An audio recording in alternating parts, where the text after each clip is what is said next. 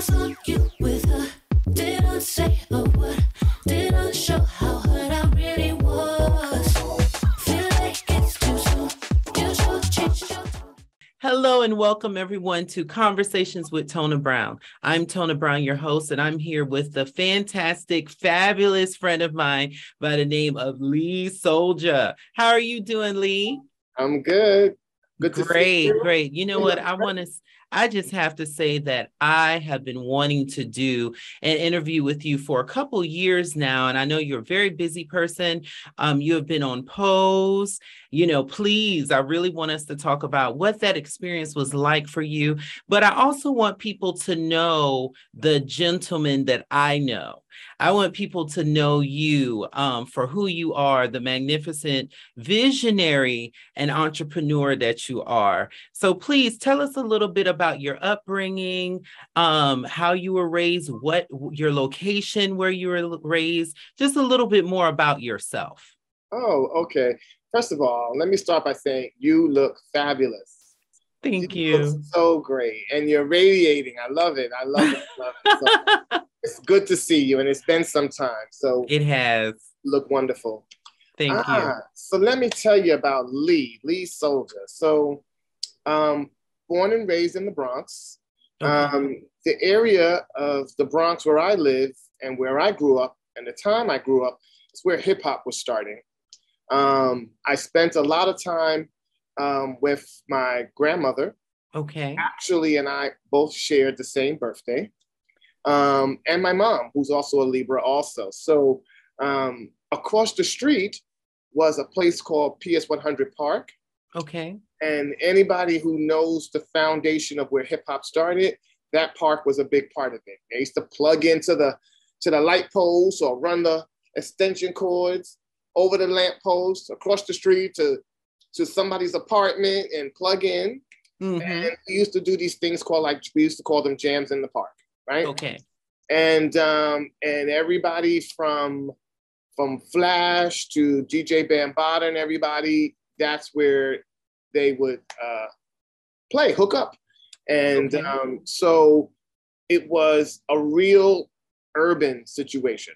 And I was there. I used to, 13, 14 years old, I was already dancing. I was a dancer. I was a break dancer. So I was one of the kids when the beats would come on. I was back there, it was a big thing to get behind the ropes, where the DJ. Absolutely. And I was a little kid, and my uncle and other people were pretty popular in the community. So it was very community. Everybody looked out for each other. So yeah, I was the kid that danced and break danced, and so dancing was my thing. That was my first foray of finding that I had a talent. Okay. And I've been dancing since, forever. If you ask my mom, she probably would have said I danced before I could walk. Like I was always dancing. Wow. So at 13 and 14, I already started, that's when, like I said, hip hop started, and a lot of urban clubs that was playing it, rap. We called it rap music. We didn't say hip hop at that time. Okay. But they would put us up on a little pedestal or up on the stage when somebody would be rapping, and we'd just be doing a little choreography and breakdancing. Nice. That was my little taste of it and getting a little bit of money for it. So a friend of mine who I grew up with was gay. And everybody knew he was gay. But he was half Black and half Jewish. And he was one of 7 brothers. 7. Oh, my. So nobody messed with him, because it's like messing with him, you was messing with an army, right? So his name was Jude. So again, his mother was Black, his father was Jewish. His name was Jude, but everybody called him Judy. And it was supposed to, I guess, been a way to kind of poke fun of him being gay and a little bit feminine, but he didn't care. He owned it, honey. He used to tell everybody, call him Judy. It is what it is. So that was my buddy Judy, and he could dance. He was a little bit older than me. So at that time, I was about 14, and he was about 17 already. 17 going on 18. He was a few years older than me. Okay. So how everything began for me was one day he was like, you know what, we're gonna go downtown and we're gonna make some real money. We're gonna get ourselves make some real money. So we went, at that time wearing designer jeans was on. So we went and got, for all of y'all who don't know, but look it up, Sergio Valentes. That was a big thing back in those days. Mm-hmm. And we had these shirts that we bought that said, just go on it. And we had our little afros and we got and you couldn't tell us we weren't styling. You know, we had British Walker shoes on and the whole thing. So we got up and we went downtown.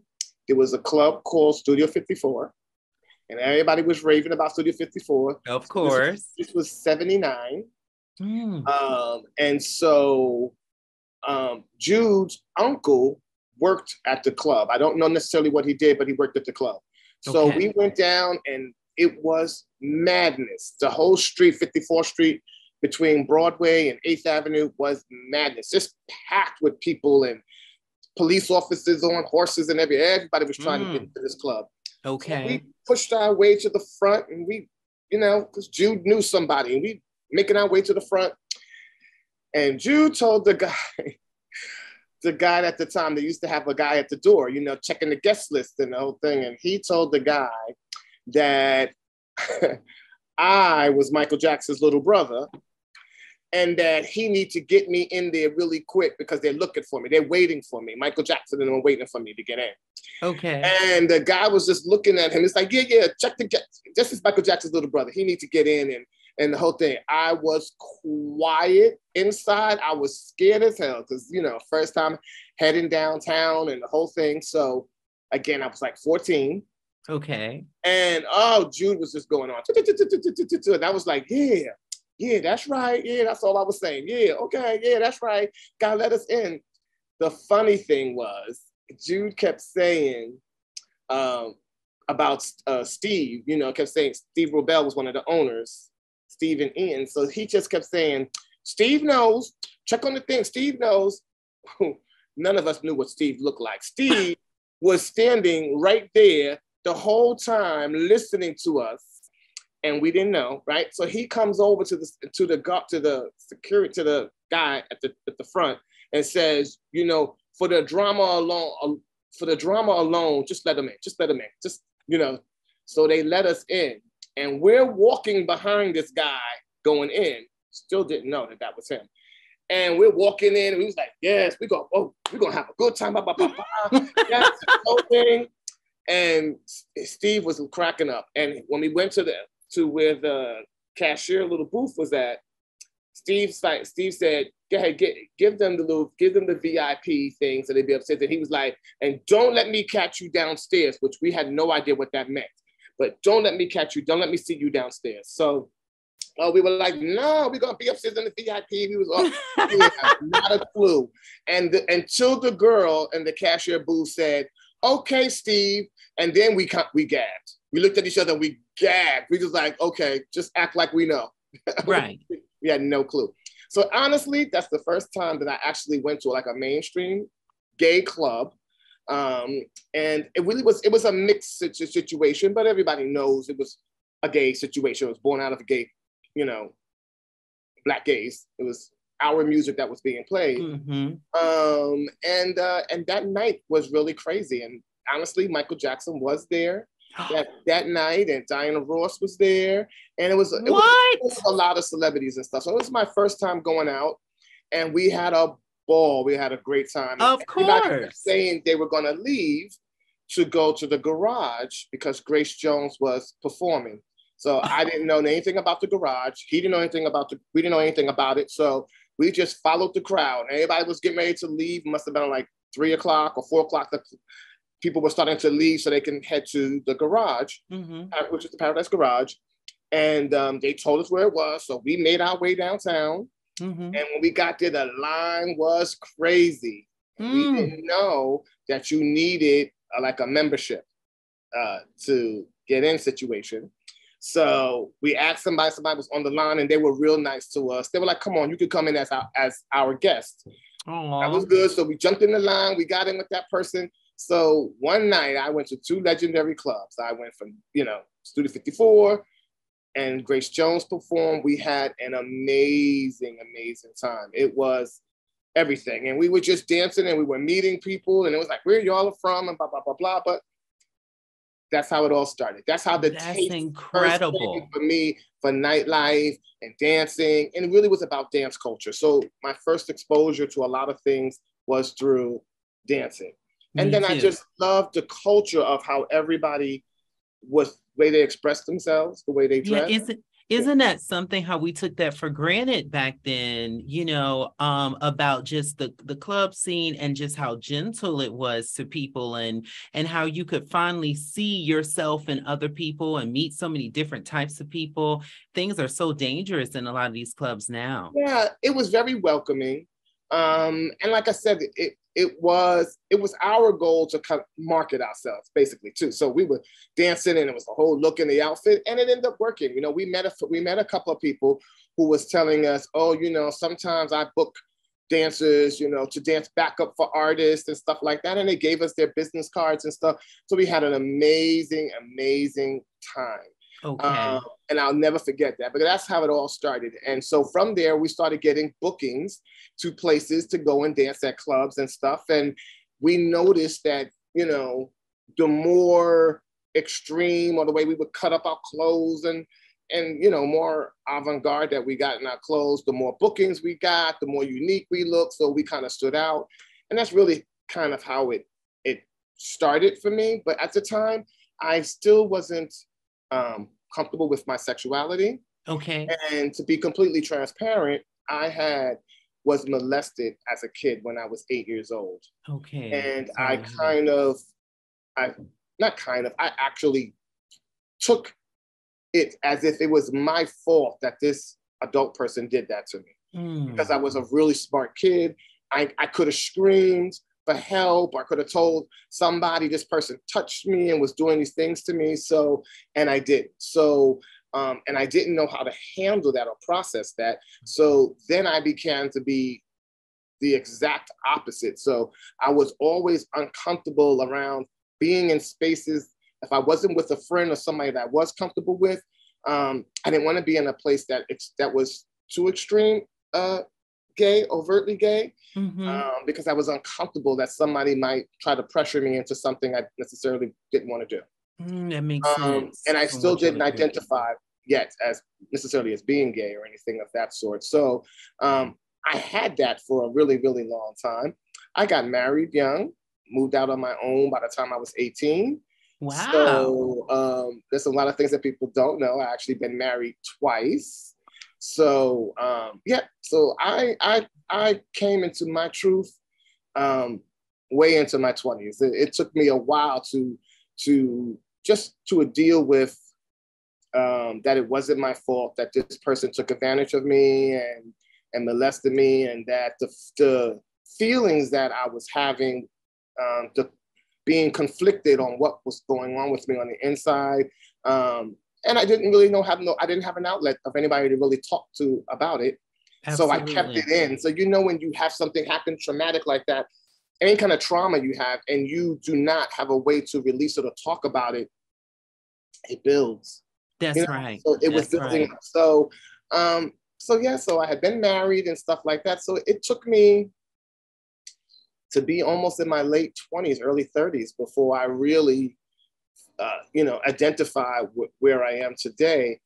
And I tell people, you know, I don't speak for anyone else, but for myself and my own truth, coming out to me was the moment that I accepted myself. I never felt the need to have to tell my mother or my sister or anybody else.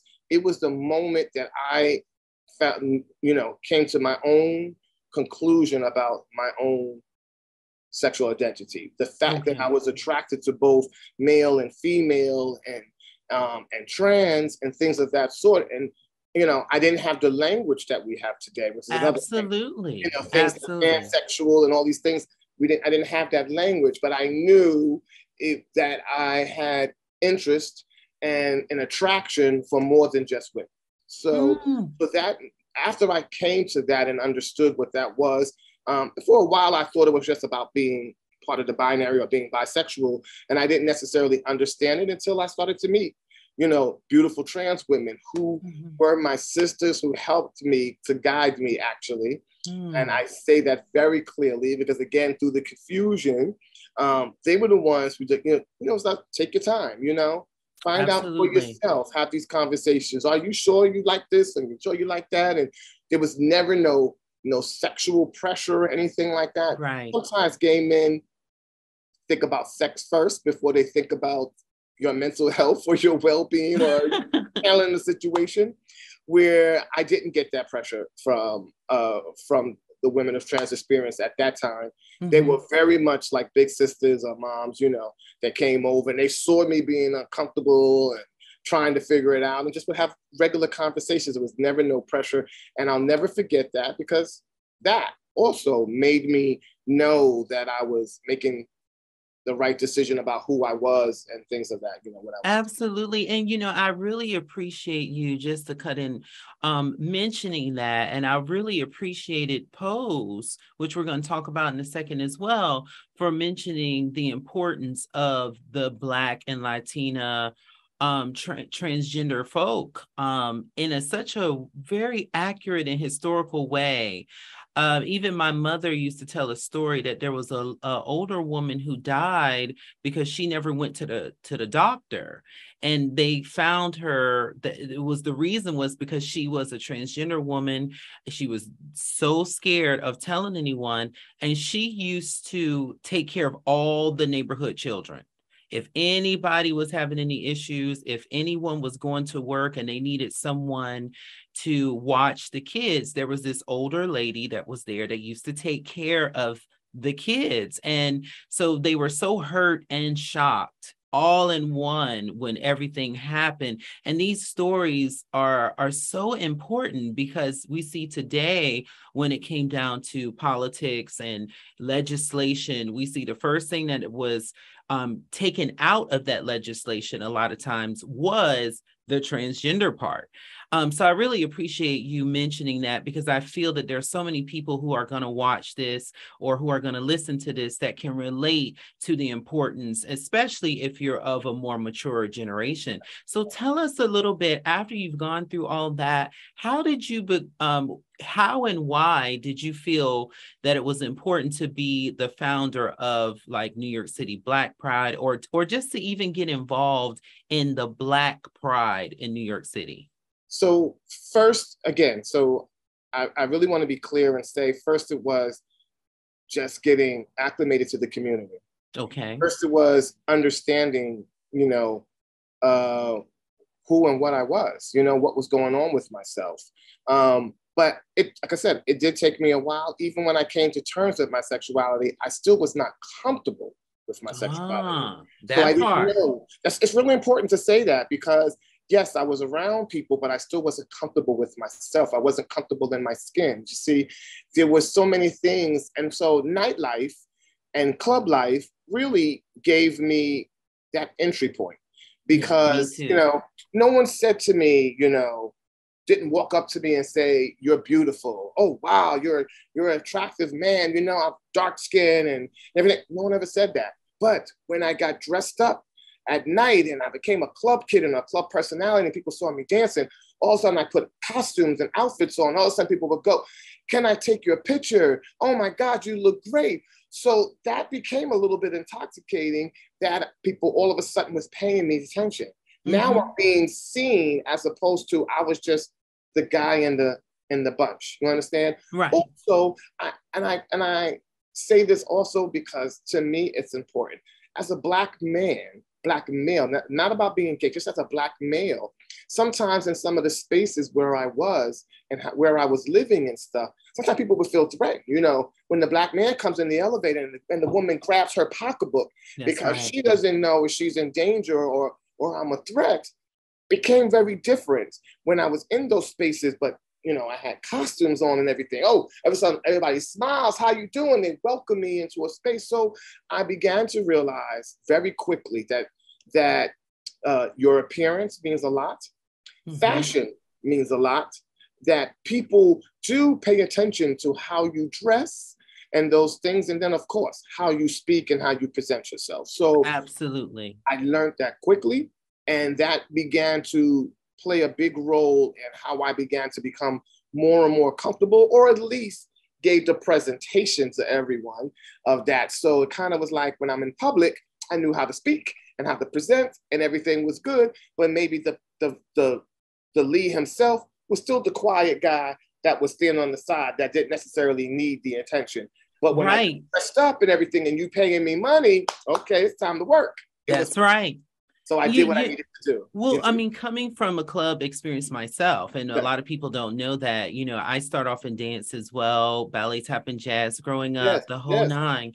I love dance. And so I needed to be able to express myself through movement. And so the clubs did that for me. But what I think most people are going to want to know, what, after you became more acclimated, more comfortable with yourself, what made you say, look, I want to take a stance and I want to start the Pride organization? HIV. So the first change for me and community, because, I hit my 20s in the 80s. So this was when, HIV, right. And New York City, it was devastating the community, right? So, I had friends and stuff, and every week, we were always hearing or finding out that someone had passed away. And it was very sad because everyone was really scared. We really didn't know and understand things. We didn't understand how quickly it was spreading and what things you could and shouldn't do.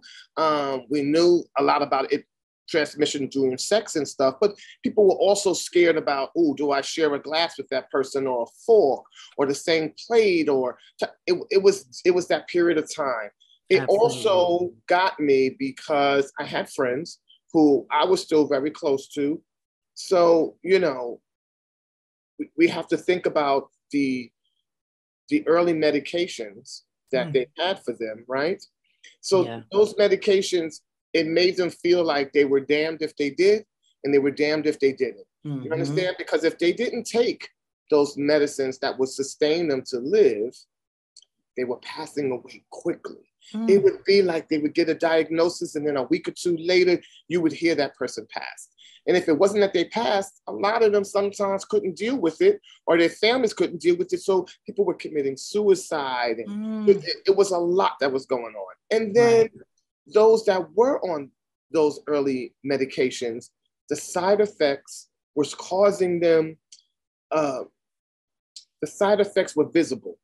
Okay. You could see some of them getting maybe a hunchback and sinkiness on the eyes and the cheeks, and the necks were largened, and it was very toxic to the body. So although it was sustaining them to live, it was doing things to them. So this is where stigma was born during this time. So people began to shun them and act a certain way. And that bothered me because I had friends that I loved. We danced together, we did things together, we looked out for each other, especially the older ones that were to me. They made sure I stayed in school, things that I was supposed to do. So it's those type of things that made me want to get more involved in community. And the first things that everyone was beginning to do was tea dances and stuff, and things that they would do to raise money for somebody that might be home and he needs, food and stuff. So we would raise money to go shopping, to buy food that we could bring to that person's home, and, or clothing or a coat and things. So these tea dances or these little events that we gave was my first entryway of saying I wanted to do more for community. Amazing. And there began to be concerts and club nights that was raising more money for more organizations and things. And so I wanted to stand up for that. And then, let's meet down here because, we need to rally at this, this place. And they treated someone really bad, or it began to be a weekly thing that I began to get more and more involved in what was happening to the community and my friends.